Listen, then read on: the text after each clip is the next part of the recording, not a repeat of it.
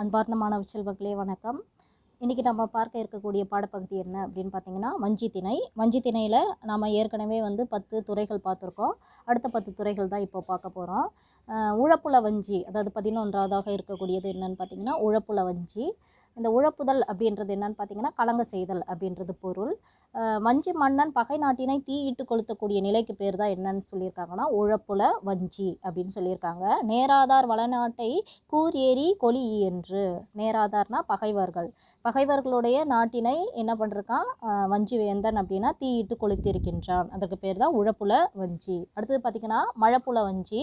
இந்த மழப்புல வஞ்சி அப்படின்னா தீயிட்டு கொளுத்திய பிறகு அந்த நாட்டில் உள்ள பொருட்களை கொள்ளையடித்து வருவதற்கு பெயர் தான் மழப்புல வஞ்சி அப்படின்னு சொல்லியிருக்காங்க. மழை என்பது பார்த்திங்கன்னா இளமை அப்படின்ற ஒரு பொருளை கொண்டதாக இருக்கும். அதனால் அந்த நாட்டினுடைய இளமை கெடுமாறு அங்கே இருக்கக்கூடிய பொருள் வளத்தை எல்லாம் கைப்பற்றி வருவதற்கு பெயர் தான் என்னன்னு பார்த்தீங்கன்னா மழப்புல வஞ்சி.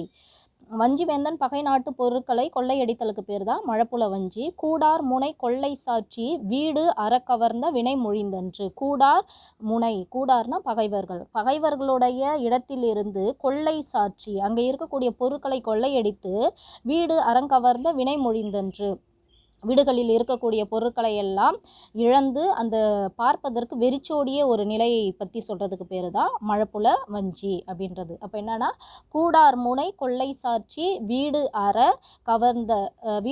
கவர்ந்த வினை மொழிந்தன்று. அந்த செயலை பற்றி சொல்கிறதுக்கு பேர் தான் மழப்புல வஞ்சி அப்படின்னு சொல்லியிருக்காங்க.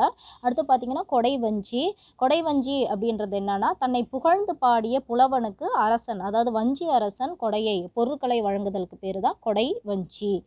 இது என்ன பார்த்தீங்கன்னா நீடவும் குறுகவும் நிவப்பவும் தூக்கி பாடிய புலவருக்கு பரிசல் நீட்டின்று.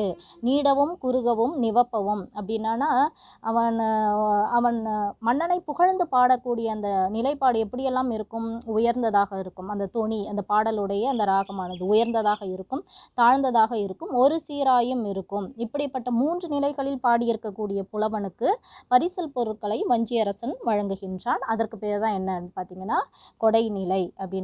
அடுத்து பார்த்தீங்கன்னா குறுவஞ்சி. குறு அப்படின்றது பார்த்தீங்கன்னா குறுகிய அப்படின்றது பொருள். இது 2 வகையாக சொல்லியிருக்காங்க. முதல்ல பார்த்தீங்கன்னா பகையரசன் திரைப்பொருளை கொடுத்து அந்த குறுகிய மனப்பான்மையுடன் தன்னால் வலிமையுடன் அவனிடம் நேர் நின்று போரிட இயலாது என்ற ஒரு காரணத்தினால் பொருட்களை கொடுத்து அவன் தப்பித்துக் கொள்கின்றான். இந்த நிலைப்பாடுக்கு சொல்கிறது பேர் என்னன்னு பார்த்தீங்கன்னா குறுவஞ்சி. இரண்டாவதாக பார்த்தீங்கன்னா வஞ்சி அரசன் திரைப்பொருட்களை பெற்ற பிறகும் அங்கே அவன் என்ன பண்ணியிருக்கான் அப்படின்னு பார்த்தீங்கன்னா தங்கி இருக்கின்றான். அந்த குறுகிய ஒரு மனப்பான்மையுடன் திரைப்பொருட்களை பெற்ற பிறகும் அங்கிருந்து அவன் கிளம்பாமல் அங்கு தங்கி இருக்கக்கூடிய அந்த நிலைப்பாட்டுக்கு பேர் குறுவஞ்சி அப்படின்னு சொல்லியிருக்காங்க. மடுத்து எழுந்த மறவேந்தருக்கு கொடுத்து அளித்து குடி ஓம்பின்று. தன் மேல் படையெடுத்து வந்த வஞ்சி அரசனை பகையரசன் தானும் எதிர்த்து போர் செய்யாமல், அவனிடம் வலிமையோடு எதிர்த்து போர் செய்யாமல் அவ்வஞ்சி அரசனுக்கு பெரும் பொருளை கொடுத்து என்ன பண்ணிருக்கான் தன் குடிமக்களை துன்பத்திலிருந்து காத்திருக்கின்றான். அதுதான் மடுத்து எழுந்த மறவேந்தருக்கு கொடுத்து அளித்து குடி ஓம்பின்று. வலிமையுடன் தன்னை நோக்கி வந்த அந்த வஞ்சி அரசனுக்கு திரைப்பொருட்களை அதிகமாக கொடுத்து தன்னுடைய மக்களை அவன் என்ன பண்ணியிருக்கான் அப்படின்னா காத்திருக்கின்றான். இது குறுவஞ்சி 1. இரண்டாவது என்ன பார்த்தீங்கன்னா கட்டூரது வகை கூறினும் அத்துறைக்கு உரித்தாகும். வேற்றரசனோடு போர் செய்வதற்காக படை திரட்டி சென்றான் வஞ்சியரசன். அவன் போர் செய்யாமல் பகைவரை பணியை செய்த வெற்றி களிப்போடு பாசறையின் கண் தங்கியிருந்தான். அதுதான் ஏற்கனவே அவன் திரைப்பொருளை கொடுத்துட்டான் இல்லையா, அதை வாங்கிட்டு வரலாம் இல்லையா. இருந்த பொழுதிலும் அவன் என்ன பண்ணுறான், இன்னும் பாசறையின் கண் அங்கேயே என்ன பண்ணியிருக்கான் தங்கி இருக்கின்றான். கட்டூர் அப்படின்றதுன்னு பார்த்தீங்கன்னா பாசறை. கட்டூரது வகை கூறினும் அத்துறைக்கு உரித்தாகும். அதனால பாசறையின் கண் தங்கி இருந்த வஞ்சி அரசனை பற்றி கூறக்கூடிய நிலைக்கு பேரு குறுவஞ்சி. அப்போ குறுவஞ்சி ஆனது 2 வகைப்படும். இப்போ நம்ம வஞ்சியிலே பார்த்தீங்கன்னா இதே மாதிரி ஒரே தலைப்பில் இருக்கக்கூடிய, அதாவது ஒரே சொல்லில் இருக்கக்கூடிய இருவேறு பொருள்பட இருக்கக்கூடியதை 3 பார்த்துருக்கோம். நம்ம கொற்றவை நிலை பார்த்தோம், பேரான் வஞ்சி பார்த்தோம், அடுத்தது குறுவஞ்சி பார்த்துருக்கோம். இந்த மாதிரி இருக்கக்கூடியதெல்லாம் பார்த்தீங்கன்னா கண்டிப்பாக உங்களுக்கு 5 மதிப்பெண்ணில் வரும். அதனால் நீங்கள் இதை படித்து வைத்துக்கொள்ள வேண்டும். அடுத்து பார்த்தீங்கன்னா ஒரு தனி நிலை. இந்த ஒரு தனி நிலை என்பது பார்த்திங்கன்னா தன்னந்தனியாக நின்று பகைவரை தடுத்த வஞ்சி மறவன் ஒருவனுடைய நிலையை கூறுவதற்கு பேர் தான் ஒரு தனி நிலை. நம்ம ஏற்கனவே கரந்தை திணையில் வந்து பார்த்திங்கன்னா ஆளெரி பிள்ளைன்னு ஒன்று பார்த்தோம். அதாவது அந்த வெற்றி மறவர்கள் பல்வேறு பேருடன் தான் ஒருவனாக நின்று எதிர்த்து இருக்கக்கூடிய அந்த நிலைக்கு பேர் தான் ஆளெரி பிள்ளை அப்படின்னு சொன்னோம் இல்லையா. அதை போல் இந்த இடத்துல தன்னந்தனியாக நின்று பகைவரை தடுத்தான் ஒரு வஞ்சி மறவன்.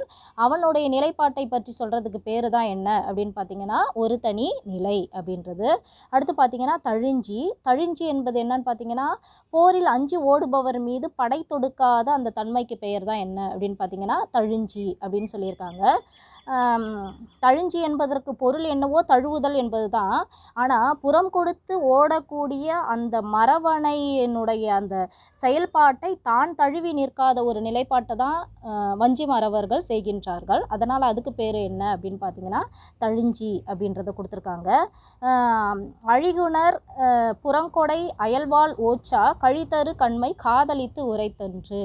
அழிகுணர் அப்படின்றது யாருன்னு பார்த்தீங்கன்னா பகை மறவர்கள். அவங்க புறம் கொடுத்து ஓடும் பொழுது புறங்கொடை அயல்வாள் ஓச்சா, புறம் கொடுத்து ஓடும் பொழுது அவர்கள் மீது வாளினை எரியாத அந்த நிலைப்பாடுடன் இருக்கக்கூடியவர்கள். கழித்தரு கண்மை அதை வந்து நீக்கி இருக்கக்கூடிய அந்த நிலைப்பாட்டுக்கு தான் என்னன்னு சொல்லியிருக்காங்கன்னா தழிஞ்சி அப்படின்னு சொல்லியிருக்காங்க. அடுத்து பார்த்திங்கன்னா பாசறை நிலை. பாசறை அப்படின்றது நம்ம ஏற்கனவே சொல்லியிருக்கோம். ஒரு இடத்திற்கு ஒரு அரசன் போருக்கு செல்கிறான் அப்படின்னா அங்கே வந்து கூடாரம் அமைத்து தங்கியிருக்கக்கூடிய ஒரு நிலைப்பாடு, அதுக்கு தான் பாசறை அப்படின்னு சொல்லியிருக்கிறது. பகையரசன் பணிந்த பின்னரும் வஞ்சி மன்னன் தன் போர் பாசறைக்கண் தங்கியிருப்பது பாசறை நிலை. இதே தான் நம்ம வந்து பார்த்திங்கன்னா அந்த குறுவஞ்சியில் 2வதாக இருக்கக்கூடியதை பார்த்தோம். அதே தான் இந்த இடத்துல பாசறை நிலை அப்படின்ற தலைப்பில் கொடுத்துருக்காங்க.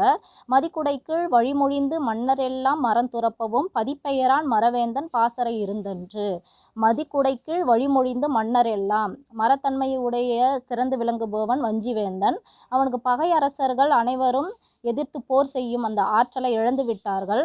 அதனால் தங்களிடம் இருக்கக்கூடிய பொருட்களை அவனிடத்தில் கொடுத்த பொழுது கூட பதிப்பெயரான் மறவேந்தன், பதினா இடம், ஊர், அந்த ஊரினை விட்டு அவன் நீங்காமல் பாசறையில் தங்கியிருந்தான் அப்படின்னு சொல்கிறதுக்கு பேர் பாசறை நிலை. அடுத்து பார்த்திங்கன்னா பெருவஞ்சி அப்படின்றது வஞ்சிவேந்தன் தன் பகை நாட்டை மறுபடியும் தீயிட்டு அழிப்பது. ஏற்கனவே நம்ம உழப்புல வஞ்சின்னு பார்த்தோம் இல்லையா. தீயிட்டு அழித்த பிறகு மறுபடியும் அவன் என்ன பண்ணுறான் அப்படின்னா அந்த ஊரினை தீயிட்டு அழிக்கின்றான். அதற்கு பேர் பெருவஞ்சி அப்படின்றது. பகை மன்னன் மீது வஞ்சிவேந்தன் பெரும் சினம் கொள்வான். அதன் காரணமாக மறுமுறையும் தீயிட்டு கொளுத்துவான். அதனால் அதுக்கு பேர் பெருவஞ்சி. முன்னடையார் வளநாட்டை பின்னரும் உடன்று எரிகொளி என்று. முன்னடையார் வளநாட்டை முன்பு தீயிட்டு கொளுத்திய பிறகும் அந்த சினமானது தீராமல் மறுபடியும் அவன் வந்து தீயிட்டு கொளுத்துகின்றான். அதற்கு பேர் பெருவஞ்சி அப்படின்னு சொல்கிறது.